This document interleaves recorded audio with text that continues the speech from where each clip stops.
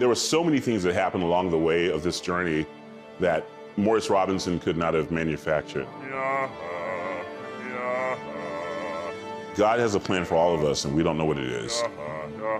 You have to be patient and wait on him, and he will guide you.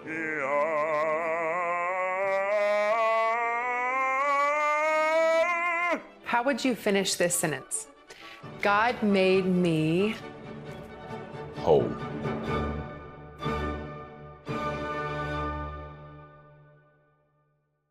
Whole. Why is that? I've been able to experience a lot of different things in life. I was a full-time athlete. A lot of kids dream of that. Being able to go to play Division I college football and be on the team and hang out with the fellas. I did that. God gave me a life in the business world. He gave me a family. I'm a dad. You know, I've gotten to do all these things, but the one thing that he's really blessed me with to kind of bring it all together is the ability to express myself musically.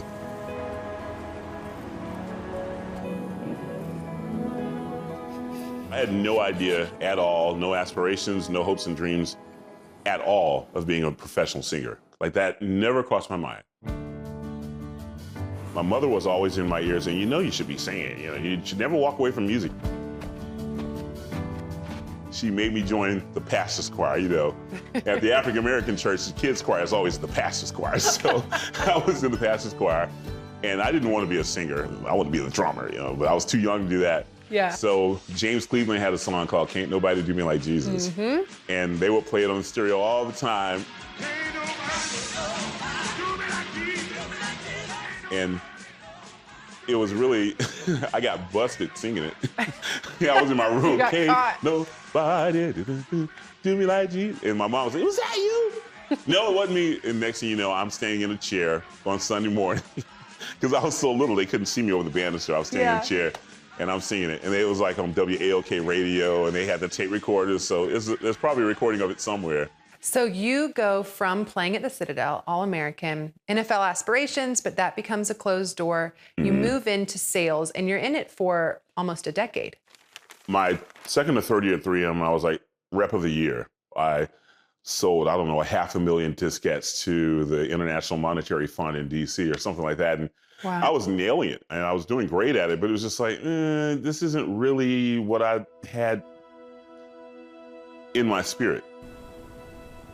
Was there a certain point in that 10-year window where that became a weight, or where that really began stirring? I just knew that I needed to be doing something else. So at the time, I thought, I just need another job. You know, I got to do something else. This is, I'm doing this and this is great, but maybe if I made more money and had a bigger opportunity and controlled a larger territory, I'd feel better and I'd make more money, you know. So I took the job with Division of Excellence Monsanto, selling thermoplastic elastomers in New England. And it got worse. Like, I was making almost twice as much money and I was miserable. Like, wow. I just could not figure out what it was I should be doing. It was while I was there, I auditioned for the New England Conservatory of Music. But what compelled you to take that audition? I was riding through downtown Boston. I think I pulled over and went in and said, hey, look, I don't know what I'm doing here, but I kind of sing a little bit, you know. And I got the application, I filled it out and went in like a few weeks later and sang the national anthem for them. And they were like, have you ever thought about singing opera? I was like, no.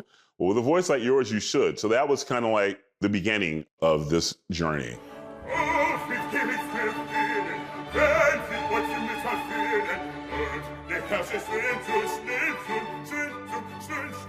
Some people think, you know, this guy, does he work hard at this?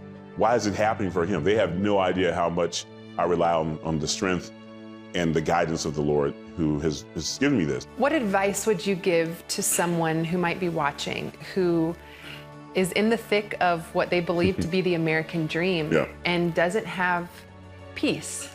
I always say that, you know, God will reveal his plan for you, and you just have to wait it out. It may seem insurmountable and unbearable, but you stay with what you're doing, and the Lord will present an opportunity for you.